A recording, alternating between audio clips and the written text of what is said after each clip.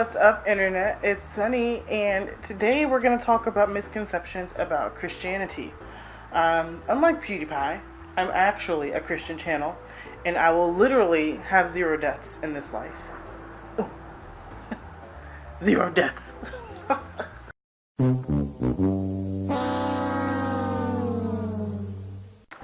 I think we'll start with the little stuff first, and then we'll go up to the big stuff, like the biggest misconceptions. Well, I mean, they're all kind of big. I mean, they're all kind of majors. So we'll just go in no specific order. The first misconception about Christianity is that if you ask for forgiveness and believe in your heart that Jesus is Lord, then you're a Christian. No, you have to do more than that. Most people forget one vital part about being a Christian, and they ignore it altogether. They believe that they're good, and they're not. And that is repentance. Repentance is the most important part of being a Christian. Repentance means turning away from sin, actively not trying to sin. Actively not trying to sin. You can sin, you can make mistakes, you'll still be good, but you will feel remorse, and you'll feel like, oh, I gotta do better next time. You'll try to be better. If you're like going out and you have a live-in boyfriend or girlfriend or whoever, and you're sleeping with each other, that you're not married, or if you're going out and partying and you're getting sloppy drunk, or if you are lying, if you're robbing banks, whatever it is. Sin is sin. Try not to do it. And if you don't feel remorse, or if you're actively trying to seek out sin, then you may want to rethink your relationship with Jesus if you're still doing that. So that's one misconception. It's not just asking for forgiveness. It's actively turning away from sin that makes you a Christian. Forgiveness is key too. You have to ask for forgiveness, but you have to try and stop sinning too. So, sorry.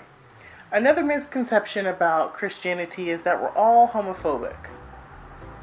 No, that's not true. There's everyone who is not Christian or atheist or who is just really against Christianity in general loves quoting Leviticus.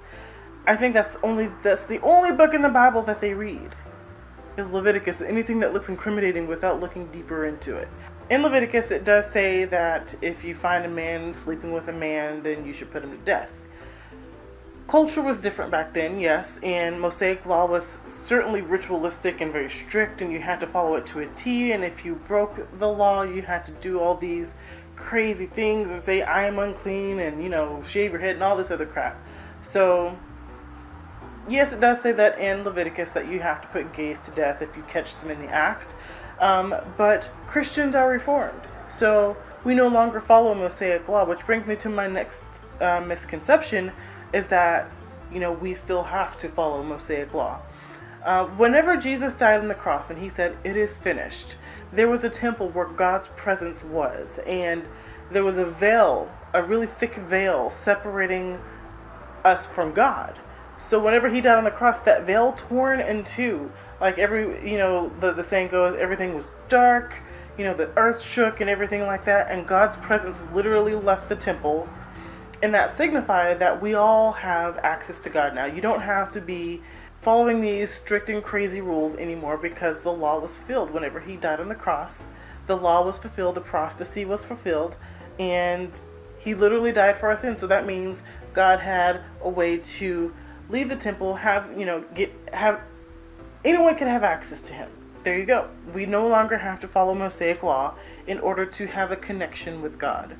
So we can just talk to him, we can reach out to him however we want through prayer. So that is how we do it now. It's a reformed thing. So yeah. Another misconception about Christianity, this is like a little one, but it's about church. So it's like, I don't want to go to church because it's full of hypocrites. It's full of hypocrites.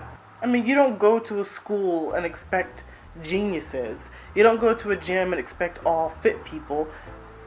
Church is for people who are broken, who are struggling, who are not perfect. They're broken down. They want more out of their relationship with God. And yeah, they're not perfect. You may catch them on a club on a Saturday night and see them at the church. Yeah, that's totally normal. Because like I said, people mess up. And, they may have that guilt, that remorse, and so they go to church and try to redeem themselves. So for you to make the excuse that, oh, it's full of hypocrites and I see them at the club and blah, blah, blah, blah, that's judgment. I mean, you're judging people. You're literally judging them off of their choices and things like that. And yeah, you can help them, say, hey, if you see them like, hey, I'm supposed to go to the club, you're like, you shouldn't do that. You said you're a Christian. Maybe you should, stay here and maybe we can just go out to eat together and not go to the club. Encourage them. Don't judge them because it's not a place for you to judge, but just help them out.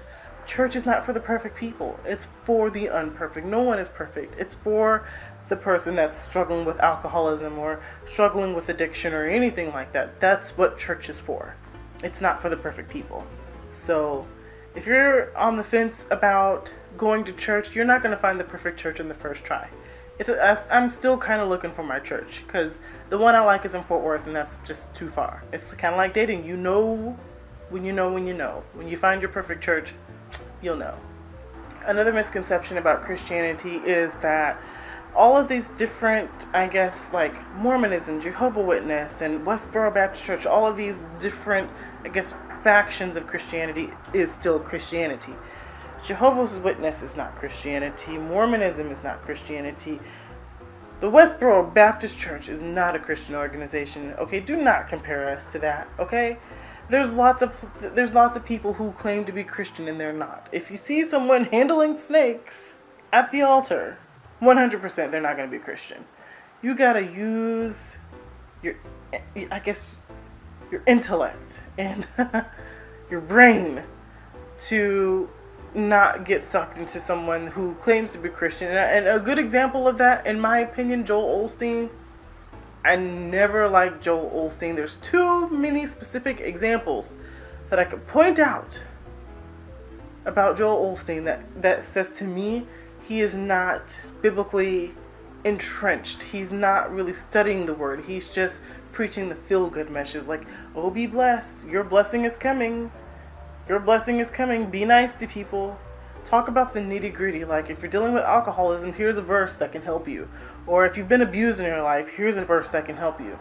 Stop preaching that feely-good stuff. And what happened with Hurricane Harvey is a prime example on how Christians should not act, and that is a big red flag if you're looking for a good church home on how not to act. I mean, yeah, they could do a lot of charity work and, to prop themselves up, to make themselves look good, but I think that especially with that type of audience, you ought to preach the realness of, struggles in people's lives and, things that, is hard to deal with, and it may be even hard to talk about, but we need that type of conversation. We need to learn about the hell and brimfire of the consequences and not just the fluffy stuff.